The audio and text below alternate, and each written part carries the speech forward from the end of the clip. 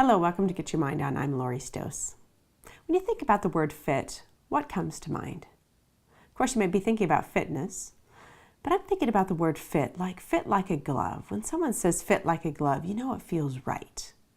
When you think about putting a pair of slacks on and maybe they're too tight, that doesn't fit quite right. So when we know it feels like a fit, it feels good, it feels right. So fit is a feeling. So today we're going to spend some time on thinking about what is a fit when you think about your career, when you think about your life and that role that you've been desiring. What does fit consist of? Well, really fit consists of four things. One is when you think about a role or career, you have to think about, am I a fit for that job? So you think about, here am I as an individual, what's my experience, what's my talent, what's my background, and what's that role? So I do lots of postings online for companies in terms of finding, individuals to fit for the role. And we really define it that way so people can say, gosh, does that sound like me? Does that sound like something I can do? And you really have to look at the role and look at you and say, is there a fit there? Because if there's not a fit and it's more like this, guess what? We're going to have some challenges in performance and we're going to have some disengagement over time. The second kind of fit we look at is fit for the organization. I'm sure when you go back to your progress over time in your careers, you think about, gosh, that place was really great. I was only there when I was there for just a couple weeks, it felt like I'd been there for a really long time. It was a really good fit. So why was it? What was it about the organization? Was it the size? Was it a big organization or a small organization? Was it because you believed in the leadership and believed their values and they walked the walk? Was it because you believed in whatever they were selling?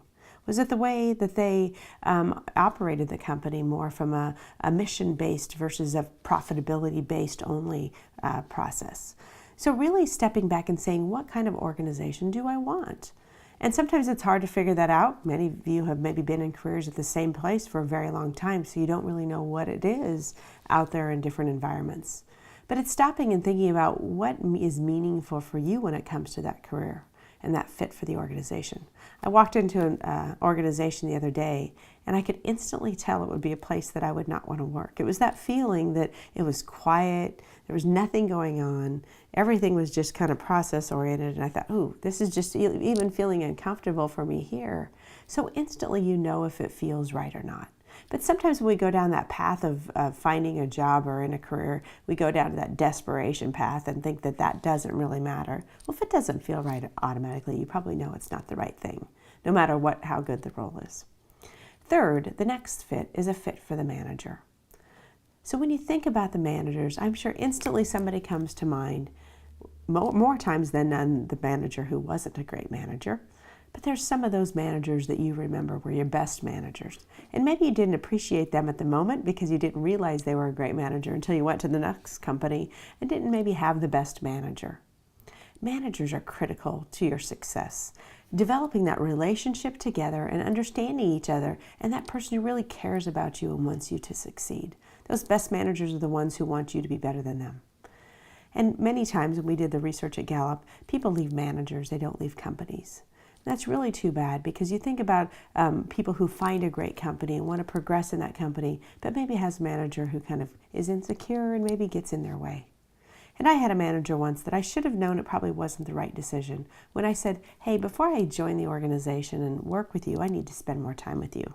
And he said, hey, let's have a phone call. Well, that wasn't quite what I meant. I really wanted to understand him better, get to know who he was, and really understand if we could work together on those same values.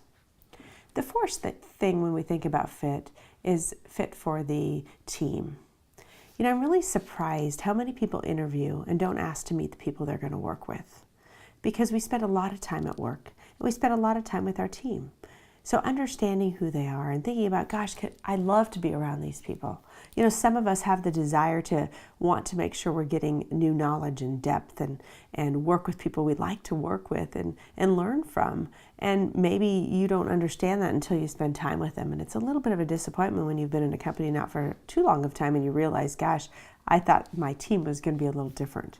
Now that doesn't mean we can't make them better and we can't grow and progress, but I think it's just an important part to think about when you're thinking about maybe a transition to a different career.